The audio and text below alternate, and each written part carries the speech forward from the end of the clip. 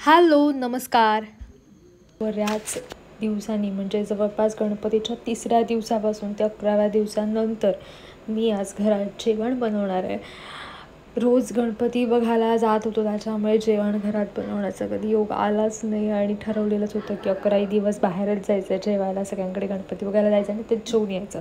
11 दिवस घरी अजिबात जेवण करायचं नाही ठरवलेलं होतं मी. आणि त्यामुळे आता गणपतीचे विसर्जन तर झालं आहे आणि मग आता काय करणार, आता कुठे जाणार जेवायला. म्हाळ पण सुरू झालं आहे, पण म्हटलं नको आता जरा करूया घरी थोडंसं जेवण. म्हणून आज लकीली बुधवार पण होता, तर म्हटलं 10-12 दिवसानंतर काहीतरी नॉनव्हेज करूया. पण एवढ्या दिवसाच्या गॅपनंतर जेवण करायचा मग कंटाळा आलेला, म्हणून म्हटलं काहीतरी सिम्पलचं करूया. तर आता कम्फर्ट फूड, सिम्पल फूड जे काय असतं तर आपली खिचडी असते, पण ह्याच्यामध्ये फक्त चिकन ॲड आहे. अशी ही खिचडी आहे, थोडक्यात चिकन खिचडी जी मी आज केली आहे.